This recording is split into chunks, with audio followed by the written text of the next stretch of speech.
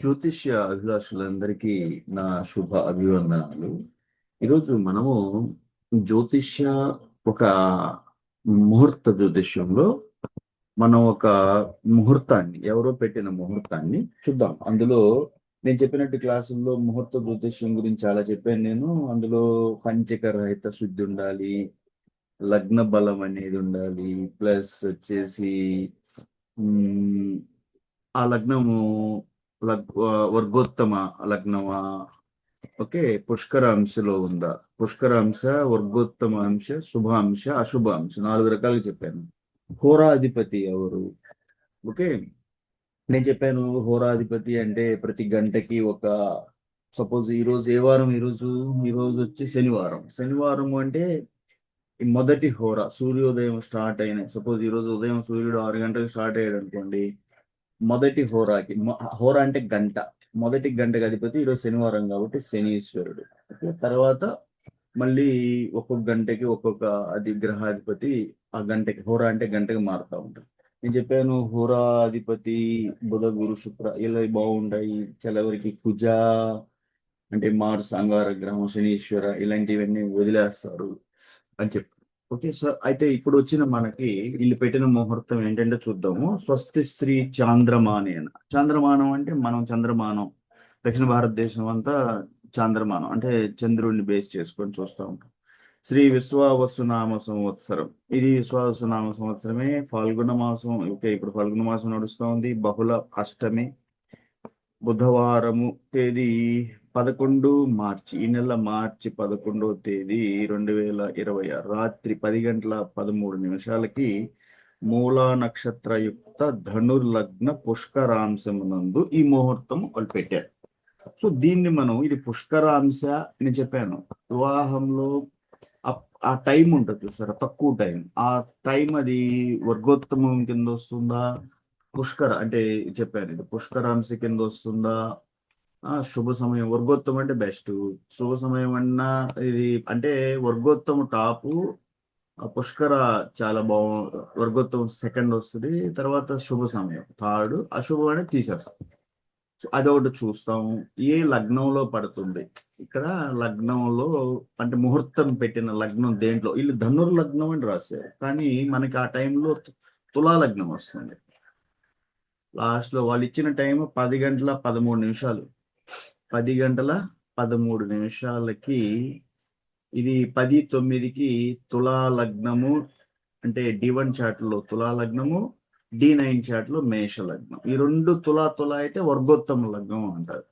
D1 లో తులా, D1 అంటే చెప్పాను మీకు నేను. D1 అంటే రాశి కుండలి అన్నా, జన్మ కుండలి అన్నా, జోడియాక్ చార్ట్ అన్నా, నాటల్ చార్ట్ అన్నా, జన్మ పత్రిక అన్నా, జన్మ లగ్న కుండలి, రాశి కుండలి, జన్మ kundali, D1 chart, natal chart, ascendant, ఎన్ని పేర్లు ఒకటే.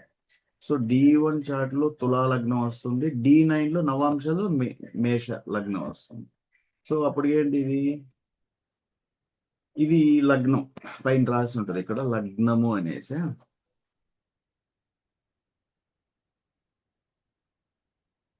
లగ్నం, ఓకే, ఇక్కడ లగ్న శుభాంశ పుష్కరాంశ 11వ తేదీ మార్చి 2020. సో లగ్నము అంశ అంటే నవాంశ, అంత్య సమయం. అంశ ఎలా ఉంది, ఏ అంశం, శుభ అంశ, అశుభాన, పుష్కరాంశంలో వస్తుందా, పుష్కరాంశంలోన వర్గోత్తమ అంశంలో వస్తుందా, ఇది అంత్య లగ్నం అంత్య సమయం. సో మనకు వచ్చిన సమయం 10 గంటల 13 నిమిషాలకి, 10 గంటల 13 నిమిషాలు రాత్రికి పిఎం. ఓకే అన్నప్పుడు మనం కిందకి వెళ్ళి 10 గంటల 13 నిమిషాలకి మనము 10 గంటల 9 నిమిషాలకి ఇది అయిపోయింది. అంటే మనకి 10 గంటల 13 నిమిషాలు అంటే దీని తర్వాత 10 గంటల 9 తర్వాత మనకి తులా వృషభ లగ్నంలోకి వస్తుంది. ఎందుకంటే తులా మేష లగ్నం కరెక్ట్గా 10 గంటల 9 నిమిషాలకి అయిపోయింది రాత్రి. 10 గంటల 10 నిమిషాల నుంచి మనకి తులా వృషభ లగ్నం స్టార్ట్ అవుతుంది. అంటే తులా లగ్నంలోకి వస్తుంది. మళ్ళీ వీళ్ళు ధనుర్లగ్నం అంటారు, ధనుర్లగ్నంలో రాశారు పుష్కరాంశ, ఇది కరెక్టే, పుష్కరాంశ కిందే వస్తుంది. ఇది 10 గంటల 10 నిమిషాల నుంచి 10 గంటల 28 నిమిషాలకి అయిపోతుంది. అప్పుడు ఎన్ని నిమిషాలు అయింది, 10 × 1 = 24 అంటే 14 నిమిషాలు. నేను చెప్పాను కదా, ఒక గంట ఉండే హోరా చక్రం. ఒక గంట అంటే హోరా అంటే గంట, ఆ గంటకి అధిపతి ఎవరు, చంద్రుడి అధిపతి వస్తున్నాడు. హోరాధిపతి ఎవరు, చంద్రుడు. ఓకే, ఆరంభం 9 గంటల 14 నిమిషాలు సాయంత్రం నుంచి 10 గంటల 14 నిమిషాల 20 సెకండ్లు చంద్రహోరాలో ఈ పెళ్లి జరుగుతూ ఉంది. ఓకే, చంద్రుడైనా ఓకే అంటే కుజ శనీశ్వరుడు కాకూడదు అంటారు. ఓకే, సో ఈ చంద్రహోరాలో కూడా ఆ 14 నిమిషాల సమయం అని చెప్పాను కదా, 14 నిమిషాల సమయం ఎక్కడి నుంచి 10 10 10 9 దాకా అశుభ సమయంలో ఉంది. తులా లగ్నం మేషం అంటే D9 లో మేష లగ్నం. సో 10 10 నుంచి 10 24 దాకా 14 నిమిషాల సమయం తులా లగ్నము D1 చార్ట్ లో, వృషభ లగ్నం D9 చార్ట్ లో, నవాంశ చార్ట్. సో పుష్కరాంశ వాళ్ళ ప్రకారం ఓకే. నెక్స్ట్ ఇది ఒకటి ఓకే అయింది. తర్వాత విశ్వావసు నామ సంవత్సరం ఇవన్నీ ఓకే. విశ్వావసు నామ సంవత్సరం ఇవన్నీ జరుగుతూ ఉంటాయి.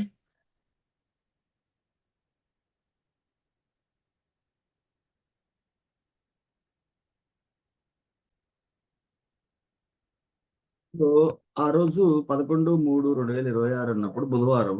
ఓకే, బుధవారమే వస్తుంది. మూలా నక్షత్రం అన్నారు. మూలా నక్షత్ర యుక్త ధనుర్ లగ్న పుష్కరాంశ నేను చెప్పాను. ధనుర్ లగ్నం ఆ రోజు చంద్రుడు ధనురాశిలో ఉన్నాడు. సో కానీ లగ్నం వచ్చేసి వాళ్ళది ఏమవుతుంది అంటే మనకి లగ్నం ఆ టయానికి తులా లగ్నం అవుతుంది.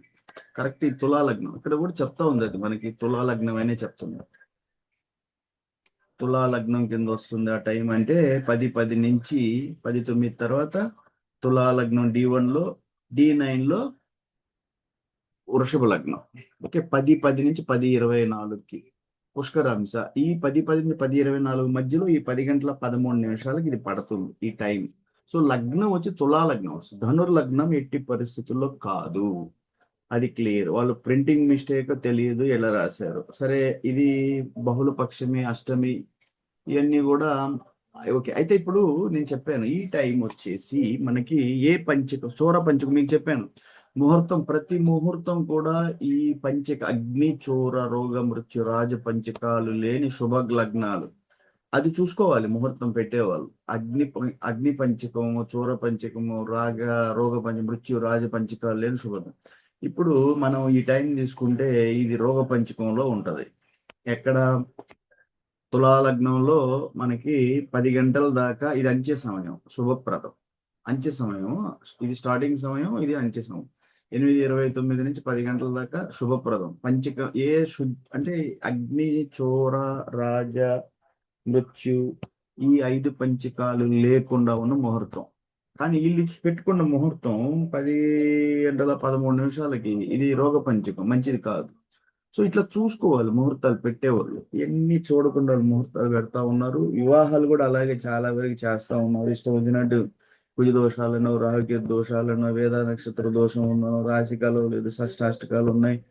పోతే అమ్మాయి రాక్షసగణమైంది, అబ్బాయి దేవగణం అయ్యారు, ఎలిక పిల్ల అయింది, పాము ముంగిస అయింది. ఈ రకంగా శ్రీదర్గ పొందడం కలవటం లేదు. ఏక నక్షత్ర దోషం ఉంది, ఏకరాశి దోషం ఉంది, ఏకలగ్న దోషం ఉంది, త్రిజ్యేష్ఠ దోషం ఉంది, వేదా నక్షత్ర దోషం ఉంది, రజ్జు దోషం. ఇక ఏదో ఒక కారణం చెప్పి వివాహాలు విపరీతంగా చెడగొడతా ఉంటారు.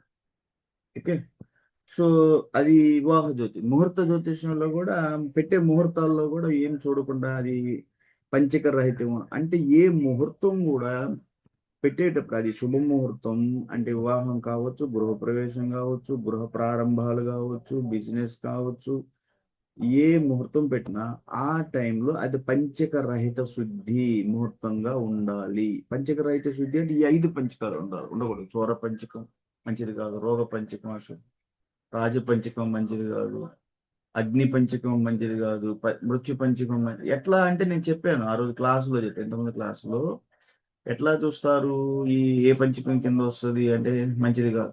నేను చెప్పాను ఆ రోజు టైం, ఏ టైం అయితే మీరు లగ్నం ముహూర్త సమయం, లగ్నం అంటే సమయం, ముహూర్త సమయం, ఆ సమయంలో ఆ రోజు వారం ఏంది, తిథి ఏంది, నక్షత్రం ఏంది, లగ్నం ఏంది, ఈ 4 నంబర్. లగ్నం అంటే మేషం అంటే 1, వృషభం అంటే 2 లగ్నం. అలాగే నంబర్లు వారం ఆది సోమ మంగళ, ఆది 1 సోమ 2 ఇటు నంబర్లు తీసుకుంటే తిథులు 15 తిథులు ఉన్నాయి. పాడ్యమి అంటే 1, విద్య 2, తదియ 3, చతుర్థి అట్లా వారము లగ్నము తిథి నక్షత్రం 27 నక్షత్రాల నంబర్లు ఉన్నాయి. సో ఈ తిథి వార నక్షత్ర లగ్నాల నంబర్లు తీసుకొని కూడి యాడ్ చేసి దాన్ని డివైడ్ 9 చేత చేస్తే మీకు 0, 3, 5, 7, 9 బేస్ నంబర్లు వస్తే మంచిది. 0, 3, 5, 7, 9 ఇవి పంచక రహిత ముహూర్తాలు లగ్నాలు. ఒకవేళ 1, 2, 4 సరిసంఖ్యలు 1, 2, 4, 6, 8 ఇవి వస్తే మంచివి కాదు. అట్లా అన్నమాట. క్లాస్లో ఇంతకుముందు చెప్పాను నేను. సో ఇది ఈ టైంలో వీళ్ళు పెట్టుకున్నది నాకు ఇక్కడ రోగ పంచకం కింద వస్తా ఉంది. సో ఇది నాట్ సాటిస్ఫైడ్. సో ఇది ధనుర్లగ్నం అంటారు. ధనుర్లగ్నం కాదు, తులా లగ్నం కింద అంశమటికి పుష్కర అంశాను. టైం వాళ్ళు 10, 13 ఈ టైం స్లాట్ లో వస్తుంది. నెక్స్ట్ వచ్చేసి మనకి ఇది హోరాధిపతి చంద్ర హోరాలో వస్తుంది. ఇకపోతే వాళ్ళు లగ్నం ఇదిగో ఇక్కడ లగ్నం కూడా చెప్తున్నాను, తులా లగ్నం కింద వస్తుంది ఆ ముహూర్తం. అయితే ఈ ముహూర్త బలంలో లగ్నంలో ఏంటి అంటే లగ్నంలో వచ్చింది తులా లగ్నం కాబట్టి శుక్రుడు అధిపతి. ఇక్కడి నుంచి గురు దృష్టి ఉంది. గురువు తన 5వ దృష్టితో లగ్నాన్ని చూస్తున్నాడు. గురువు ఇక్కడ మిథునంలో ఉన్నాడు. మిథునం నుంచి ఐదో దృష్టితో లగ్నాన్ని చూస్తున్నాడు, గురు దృష్టి. తర్వాత పోతే ఇంకొకటి వచ్చేసి ఇప్పుడు గురువు గోచార రీత్యా కూడా మేన్ రాశిలో ఉన్నాడు. ఈ రోజు అంటే ఆ రోజు ముహూర్త సమయానికి గురువు ట్రాన్సిట్ అంట. గోచార రీత్యా గురువు మేనంలో ఉన్నాడు. అక్కడి నుంచి 5వ స్థానం అంటే 5వ దృష్టి చూస్తున్నాడు కాబట్టి మంచి దృష్టి. ఓకే, పోతే తర్వాత పోతే ఇక చంద్రుడు వచ్చేసి ధనురాశిలో ఉన్నాడు. వాళ్ళు దీన్ని పట్టుకొని ఏదో ధనుర్ లగ్నం అనుకుంటున్నారేమో, అది లగ్నం కాదు, ధనురాశిలో ఉన్నాడు. అంటే చంద్రుడు ధనురాశిలో ఉన్నాడు. లగ్నం వచ్చేసి ఆ సమయం పెట్టిన సమయానికి తూర్పు దిశలో హారిజన్ అంటారు. తూర్పు దిశలో తులా లగ్నానికి సంబంధించిన సింబల్ తూర్పు దిశలో హారిజన్ అంటే భూమి ఆకాశం కలిసి తూర్పు దిశలో చూస్తే సముద్రం ఒడ్డు. ఈ సింబల్ ఈ తులా లగ్నానికి తులా రాశికి సంబంధించిన నక్షత్ర కాన్సెప్ట్ అంటే స్టార్ కాన్స్టలేషన్ సింబల్ మూవ్ అవుతుంది. సో కాబట్టి చంద్రుడు ధనురాశిలో ఉన్నాడు కాబట్టి ధను లగ్నం అనుకుంటున్నారు కాబట్టి తప్పు, తులా లగ్నం. తర్వాత పోతే ఇంకా మిగతా వచ్చి వివాహాలకి ఏం చూస్తారు, లగ్నం నుంచి 7వ స్థానం ఏంటిది, ఇది మేష్, అష్టమ, ఈ రెండు కూడా ఖాళీగా ఉన్నాయి, మంచిది. అంటే 7వ, 8వ స్థానాల శుద్ధి బాగున్నాయి. పోతే 7, 8ని ఏ గ్రహాలు కూడా చూడటం లేదు. ఇక్కడి నుంచి ఉన్నాడు కేతువు. అంటే కేతు ఎవరిని చూస్తాడు, ఇక్కడున్న కేతువు మనకి కుంభాన్ని చూస్తాడు. కేతు ఇక్కడి నుంచి కూడా కుంభాన్ని చూస్తాడు. ఓకే, పోతే గురువు తన 5వ దృష్టితో లగ్నాన్ని చూస్తున్నాడు. పాపగ్రహం సపోజ్ జనరల్ గా కుజుడు అనుకుంటే కుజుడు వచ్చేసి తన ఇక్కడ సింహాన్ని చూస్తాడు 7వ దృష్టితోటి. కుజుడు వచ్చేసి తన 4వ దృష్టితోటి వృషభాన్ని చూస్తాడు. ఇక్కడ 8వ దృష్టితోటి ఇక్కడ 12వ స్థానం లగ్నానికి 12 ఇక్కడ చూస్తారు. కానీ లగ్నాన్ని కానీ 7వ స్థానాన్ని కానీ అష్టమ ఏ గ్రహాలు చోట్ల ఖాళీగా ఉన్నాయి. సో శనీశ్వరుడు ఇక్కడి నుంచి చూసినా కూడా శని తన డైరెక్ట్ దృష్టితోటి కన్యను చూస్తాడు. పోతే శని ఇక్కడి నుంచి తన 3 అంటే 3వ దృష్టితోటి వృషభాన్ని చూస్తాడు. తర్వాత తనకు 10వ దృష్టి ఉంది కాబట్టి 10 అంటే 7, 8, 9, 10 లగ్నం నుంచి 3వ స్థానం ధనురాశి. సో ఈ 7వ, 8వ స్థానాలు సేఫ్, బాగున్నాయి. ఓకే, నెక్స్ట్ వచ్చేసి కుజుడు వచ్చేసి లగ్నాన్ని నుంచి 5వ స్థానంలో ఉన్నాడు కాబట్టి కుజు దోషం లేదు. తర్వాత పోతే రాహుకేతు దోషం కూడా లేదు. రాహుకేతు దోషం ఉండాలి అంటే రాహు కేతువులకి ఒక సైడ్ లో అన్ని గ్రహాలు వచ్చి ఉండాలి. గురు శని రైట్ డైరెక్షన్ లో ఉన్నారు, మిగతా కొన్ని గ్రహాలు చంద్రుడు లెఫ్ట్ డైరెక్షన్ లో ఉన్నారు. ఒకే డైరెక్షన్ లో వచ్చి ఉంటే రాహుకేతు దోషం అంటారు. కుజుడు లగ్నాన్ని నుంచి 5వ స్థానంలో ఉన్నాడు కాబట్టి కుజు దోషం లేదు. మీకు చెప్పాను లగ్నం నుంచి లగ్నంలో కానీ ద్వితీయ, చతుర్థ, 7వ, 8వ ఏ భావాలు అంటే 12వ భావాలు అంటే కుజు దోషం. కానీ చాలా చాట్లు కుజు దోషం క్యాన్సిల్ అవుతుంది. ఓకే, కుజు దోషం లేదు కాబట్టి క్యాన్సిల్ విషయం ఆలోచించాల్సిన విషయం లేదు. లగ్నం నుంచి చంద్రుడి నుంచి లేదు కుజు దోషం. చంద్రుడి నుంచి కుజుడు 3వ స్థానంలో ఉన్నాడు కాబట్టి చంద్రుడి నుంచి, కానీ శుక్రుడి నుంచి ఉంటది. శుక్రుడు ఇక్కడి నుంచి 12వ స్థానంలో కుజుడు ఉన్నాడు. కానీ శుక్రుడి నుంచి చాలా మైనర్ గా చూస్తారు. చాలా 25%. ఒకవేళ ఉన్న క్యాన్సిలేషన్ అనేవి చాలా ఉంటాయి. కాబట్టి మీరు దీని గురించి పెద్ద ఆలోచించకూడదు. సో నేను చెప్పాను ఇది పుష్కరాంశ ఓకే, 10 గంటల 9 నుంచి పుష్కరాంశ. కానీ ధనుర్లగ్నం కాదు, తులా లగ్నం. D1 లో తుల, వృషభంలో మరి D9 లో వృషభ లగ్నం అవుద్ది. అక్కడ ధనుర్లగ్నం అని ఇచ్చారు ముహూర్తం.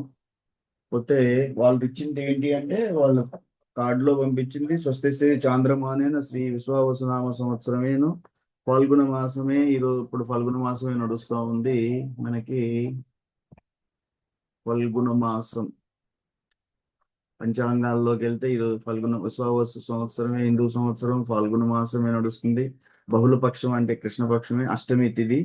ఆ రోజు వాళ్ళు రాసిన అంటే వివాహం కార్డులో, వెడ్డింగ్ కార్డులో రాశారు. సో బహుళపక్షం అంటే కృష్ణపక్షం, అష్టమి బుధవారమే ఆ రోజు జరుగుతుంది. ఇవన్నీ ఓకే. 11వ తేదీ మార్చి 2000 రాత్రి 10 గంటల 13 నిమిషాలకి వీళ్ళు పుష్కర అంశ అన్నారు. సో అది పుష్కర అంశేను. ఓకే, పుష్కర అంశేను, పుష్కర అంశ. కానీ నేను చెప్పాను ముహూర్తాలు చూసేటప్పుడు ఈ పంచికాలు చూసుకోవాలి. ఇది రోగ పంచకంలో వస్తుంది కానీ మంచిది కాదు. సో అంటే ఈ ముహూర్తాన్ని వదులుకొని వాళ్ళు వేరే మంచి మంచి ముహూర్తాలు పెట్టుకోవాలి. మూల నక్షత్రమే వాళ్ళది. ఆ రోజు మూల నక్షత్రం నడుస్తూ ఉంది. నక్షత్రం మూల, ధనురాశిలో చంద్రుడు ఉన్నాడు. లగ్నం వచ్చేసి నీకు గ్రహస్థితుల్లో చూస్తే తెలుస్తుంది. లగ్నం వచ్చేసి మనకి తులా లగ్నం. పోతే గురువు వచ్చేసి తన మిథున రాశిలో ఉన్నాడు. 9వ స్థానం అంటే మనకి కేంద్ర 1, 5, 9, 1, 5, 9 కోణాలు, కోణ స్థానంలో ఉన్నాడు. లక్ష్మీ స్థానాలు అంటారు గురువు. ఓకే, తర్వాత వచ్చేసి ఇంకా మనకు కుజుడు 5వ స్థానం అంటే పుత్ర స్థానంలో కుజుడు. ఓకే, సో ఇవన్నీ కూడా మనకి సప్తమ అష్టమ స్థాన శుద్ధి బాగానే ఉంది కాబట్టి కొంచెం అది రోగ పంచకం అవన్నీ చూసుకుంటే బాగుండేది. ఇవన్నీ చూడాలి. ముహూర్తం పెట్టేటప్పుడు ముహూర్త జ్యోతిష్యంలో పెట్టేవాళ్ళు చాలా జాగ్రత్తగా. ఏకవింశతి మహాదోషాలు అంటారు. 21 మహాదోషాలు లేని లగ్నం పెట్టగల పరిపూర్ణ జ్యోతిష్కుడే జ్యోతిష్కుడు. చాలా మంది అడిగారు రాహు రాహు సమయంలో వివాహం అంటే, కొంతమంది ఏమంటారంటే రాహు సమయంలో వివాహం అంటే అది ఏకవింశతి మహాదోషాల్లో, ఏకవింశతి అంటే 21 మహాదోషాలు లేని ముహూర్త లగ్నమే అది. అంటే ముహూర్తానికి, వివాహానికి కాదు, దేనికైనా. సో ఆ 21 మహాదోషాలు లేని లగ్నం పెట్టగలిగిన వాళ్ళే గొప్పోళ్ళు. అందులో రాహుకాలం రాదు కాబట్టి ఆ 21 మహాదోషాల్లో అంటారు రాహుకాలంలో కూడా వివాహం చేయొచ్చు అంటారు. ఒకవేళ ఎవరికైనా తల్లిదండ్రులకు డౌట్ ఉందండి రాహుకాలం అంటే తీసేయండి. ఆ ఏకవింశతి మనం సబ్జెక్ట్ చెప్పి వాళ్ళని కన్ఫ్యూజ్ చేయకుండా, అమ్మ ఇది 21 మహాదోషాల్లో రాదు కాబట్టి రాహుకాలం మీరు పెట్టచ్చు ముహూర్తం అనుకోకుండా, వాళ్ళు ఏదైనా రాహుకాలం అండి అంటే భయపడుతుంది, తీసేయండి. మంచి ముహూర్తం చూడండి, అది నేను చెప్పేది. సో ఇవన్నీ ముహూర్త జ్యోతిష్యంలో వస్తాయి. ఇందులో నేను చాలా వరకు మీకు వెనక క్లాసులో క్లియర్ చేశాను. ఎలా చూస్తారు ఈ పుష్కరాంశ, వర్గోత్తమాంశ, అశుభ సమయము చాలా ఇంపార్టెంట్. మీరు నా దగ్గరికి ఏదైనా కార్డు వస్తే చూస్తూ ఉంటాను నేను, ఇలా ఎట్లా పెడుతున్నాడు, ఏ హోరా అధిపతి ఆ టైంలో ఉన్నాడు. ముఖ్యంగా చాలా వరకు హోరాధిపతి బుధ గురు శుక్ర. గురువు అంటే చాలా శుభగ్రహము. అన్ని గ్రహాల్లో కూడా శుక్రుడు అంటే వివాహానికి కారకుడు, గురువు అంటే సంతానానికి, ఆరోగ్యానికి కారకుడు, విజ్ఞానం సంపద కారకుడు. సో ఆ గురు శుక్ర హోరాల్లో ఎక్కువ, బుధ హోరాల్లో కూడా చూస్తారు కాబట్టి మిగతా చాలా వరకు వదులుకుంటా ఉంటారు. కానీ ఇది చంద్ర హోరాల్లో వచ్చింది. పోతే మిగతా అన్ని నేను చెప్పాను. ఇది ఈ పంచకాల గురించి చెప్పాను, రోగ పంచకం ఇవన్నీ కూడా. ఏ ముహూర్తం కూడా ఈ పంచక రహితంగా ఉండాలి, అలా పెట్టగలగాలి ముహూర్తం అన్నమాట. తర్వాత వచ్చేసి ఇవన్నీ ఓకే, ఇవన్నీ చెప్పాను. పోతే గోచార రీత్యా మనకి ఏంటి అనేది, గ్రహాలు గోచార రీత్యా ఏంటి, గోచార రీత్యా ఏ గ్రహాలు మనకి లగ్న నవాష్టకాల్లో గురువు వచ్చి గోచార రీత్యా ఇది ఈ రోజు వివాహ సమయం టయానికి 10 గంటల ఎన్ని టైం ఇచ్చారు వాళ్ళు, 10 గంటల 13 నిమిషాలకి ఇది. కాబట్టి గురువు తన ఏ స్థానంలో ఉన్నాడు, మిథునంలో. మిథునంలో గురువు ఉన్నాడు. ఇది చంద్రరాశి నుంచి ఇది గోచార రీత్యా 7వ స్థానం. కాబట్టి మీరు చెప్తా ఉంటారు గోచార రీత్యా గురువు 2లో ఉంటే, 5లో ఉంటే, 7లో ఉంటే, 9, 11లో ఉంటే మంచిదండి అంటారు. కాబట్టి చంద్రరాశి నుంచి 7 అంటే కలత్ర గురువు మంచిదే కదా. ఓకే, నెక్స్ట్ గురువు. ఓకే, నెక్స్ట్ వచ్చేసి ఇంకెవరు చూస్తారు? శనీశ్వరుడు. శనీశ్వరుడు ఎక్కడ ఉన్నాడు? రాశి నుంచి, జన్మ రాశి నుంచి నాలుగో స్థానంలో అంటే అష్టమ శని అంటారు. సారీ, అర్ధాష్టమ శని. అంటే తన ఉన్న రాశి నుంచి నాలుగో స్థానంలో ఉంటే అర్ధాష్టమ శని. తన ఉన్న రాశి నుంచి లగ్న రాశి, ఇది ధనురాశి, ఇది లగ్న రాశి. ఏ రోజు వివాహం పెట్టిన ముహూర్తానికి చంద్రుడు ఎక్కడ ఉన్నా, లగ్నం వచ్చి తులా లగ్నం. సో చంద్రుడు ఎప్పుడు కూడా ఈ గోచారం అన్నా కూడా చంద్ర రాశి నుంచి చూస్తారు కాబట్టి, చంద్ర రాశి నుంచి శని నాలుగో స్థానం మీద మీనంలో ఉన్నాడు కాబట్టి అర్ధ అష్టమ శని. అయితే వివాహాలకి చాలా ఇది కఠినంగా ఉంటుంది. ఎందుకంటే ఇప్పుడు శని ఒక్కొక్క రాశిలో 2.5 సంవత్సరం ఉంటాడు. అంటే 2.5 సంవత్సరం దాకా వాళ్ళు పెళ్లి మానుకోవాలంటే కష్టం. ఎందుకంటే ఎవరికి కూడా ఏలినాటి శని అంటే 7.5 సంవత్సరాలు శని ఉంటుంది.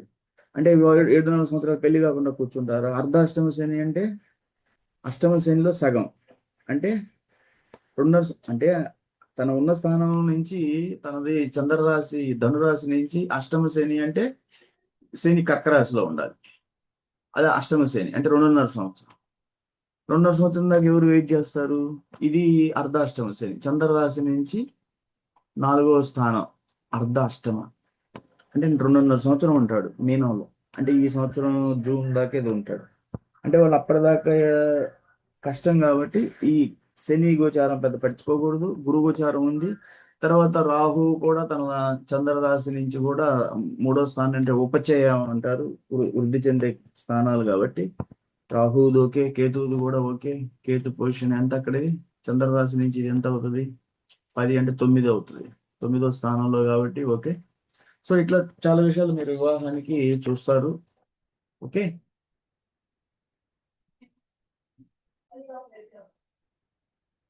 సో ఈ లగ్నం చెప్పినప్పుడు నేను ఈ ముహూర్తం సమయానికి 10 గంటల 13 నిమిషాలు అన్నప్పుడు చెప్పాను. గురువు గోచార రీత్యా మీన రాశిలో ఉన్నాడు.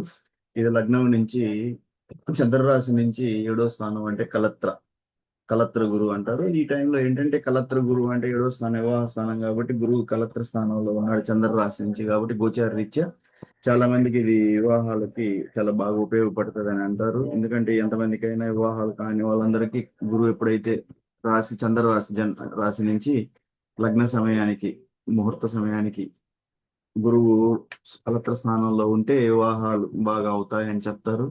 కాకపోతే నెక్స్ట్ వచ్చేసి రాహు వచ్చేసి జన్మరాశి నుంచి, అంటే జన్మరాశి కాదు, ఆ ముహూర్త సమయానికి ఉన్న ముహూర్త రాశి, ఆ టైంలో ధనురాశిలో చంద్రుడు ఉన్నాడు కాబట్టి ఇక్కడ నుంచి రాహు 3వ స్థానం అంటే ఇది కొంచెం మంచిది. ఎందుకంటే 3వ స్థానం అంటే ఉపచయ స్థానం అంటారు. ఉపచయ స్థానాల్లో రాహు ఓకే. కేతువు కూడా 9, అక్కడి నుంచి చంద్రరాశి నుంచి 9 అవుతుంది. 9 అంటే లక్ష్మీ స్థానం, కోణస్థానం. ఓకే. సో జనరల్ గోచార రీత్యా ఇవే చూస్తుంటారు. శని, కేతు, రాహులు ఎక్కడ ఉన్నారు, ఓకే, గురువు ఎక్కడ ఉన్నాడు, శుక్రుడు ఇది ఉచ్చ స్థితి. శుక్రుడు ఇక్కడ కొంచెం స్థితిలో, ఇక్కడ గ్రహ స్థితిలో శుక్రుడు ఆ 6వ స్థానం అన్నా కూడా, అది 6వ స్థానం అని చెప్పినా కూడా లగ్నానికి 6వ స్థానం అన్నా అంటే దుస్థానాలు అంటారు కదా. కానీ శుక్రుడు ఎక్కడ దుస్థానం అయినా కూడా శుక్రుడు వచ్చేసి ఉచ్చ స్థితిలో ఉన్నాడు ఆ రాశిలో. మీనంలో ఉచ్చ అవుతాడు కాబట్టి మా బలంగా ఉంటాడు. ఈ దుస్థాన ప్రభావం ఉండదు. గురువు 9 కోణస్థానంలో ఉన్నాడు. ఒక మిథునం అంటే అతనికి శత్రుక్షేత్రం అయినా కూడా, ఎందుకంటే మిథునాధిపతి ఎవరు? మిథునాధిపతి బుధుడు. ఒకవేళ గురబుధులకి శత్రుత్వం ఉన్నా కూడా అది ఈ స్థానం వచ్చేసి ఏమంటారు, లక్ష్మీ స్థానం అంటే కోణ స్థానం కాబట్టి 1, 5, 9 వస్తుంది కాబట్టి ఓకే. సరే, రెట్రోగ్రేడ్ అయ్యాడు గురువు, నో ఇష్యూ. రెట్రోగ్రేడ్ అయిన గురువు చాలా చేష్టా బలం ఉంటది. శుక్రుడు నేను చెప్పాను మీనరాశిలో గురుస్థానంలో ఉచ్చ స్థితి అవుతుంది. దుస్థానం అని చూడాల్సిన అవసరం లేదు. కుజుడు కంబస్ట్ అయ్యాడు. కుంభరాశిలో ఉన్నాడు. కుంభరాశి అంటే తనకి అది శని క్షేత్రం కుజుడికి శనికి వచ్చేసి మనకి సమత్వం ఉంది. తర్వాత పోతే ఈ డిగ్రీలు కూడా చూస్తాం. ఆ టైంలో ఏ నక్షత్రానికి దగ్గరగా ఉన్నాడు నక్షత్రాధిపతి. సో ఇవన్నీ చాలా చూసి చెప్పినాను నేను. ఓకే, నక్షత్రాధిపతులు చాలా ఇంపార్టెంట్. సరే, అయితే మనం ఇంకా వచ్చేసి ఇంకా చూడాలంటే కృష్ణమూర్తి ప్రకారం వెళ్తే, ఈ చార్ట్ లో కృష్ణమూర్తి ప్రకారం వీళ్ళకి ఎలా ఉంటది అని కూడా మనం చూడొచ్చు. ఈ లగ్నంలో వాళ్ళకి కృష్ణమూర్తి సమయానికి ఇలా 7వ స్థానాధిపతి సబ్లార్డ్ మనకి ఎలా దుస్థానాలను చూడకుండా, ఇది కూడా కొంచెం ప్రాక్టీస్ చేద్దాం అంటే చేద్దాం, దాని పెద్ద ఇష్యూ కాదు.